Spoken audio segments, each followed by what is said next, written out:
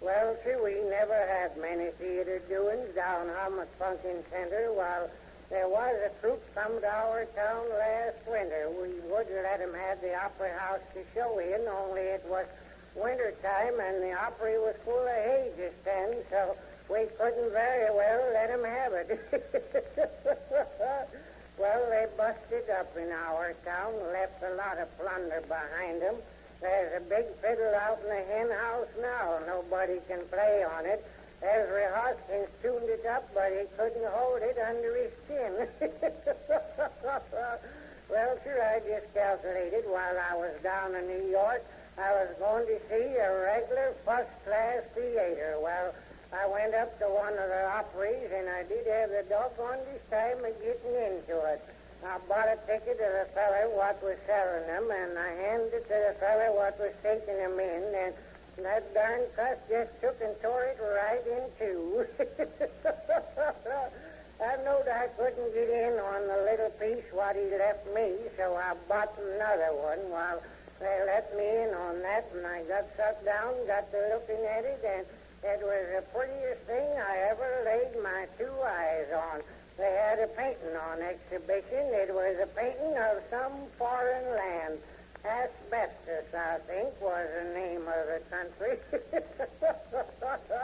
Well, I was enjoying it first rate till a lot of fellas come out with fiddles and horns and commenced to fiddling and tooting, and they rolled the painting up, and there was a family living back in there somewhere, and they got to quarreling among themselves, and one feller shot another feller, and I got right out of there.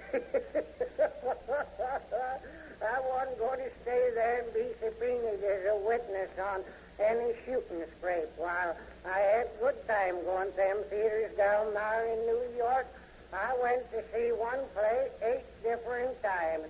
I just wanted to see what they'd do with that darn villain if they ever caught him. Then one night I went to see a play. The title of it was 5,000 Feet of Slalom.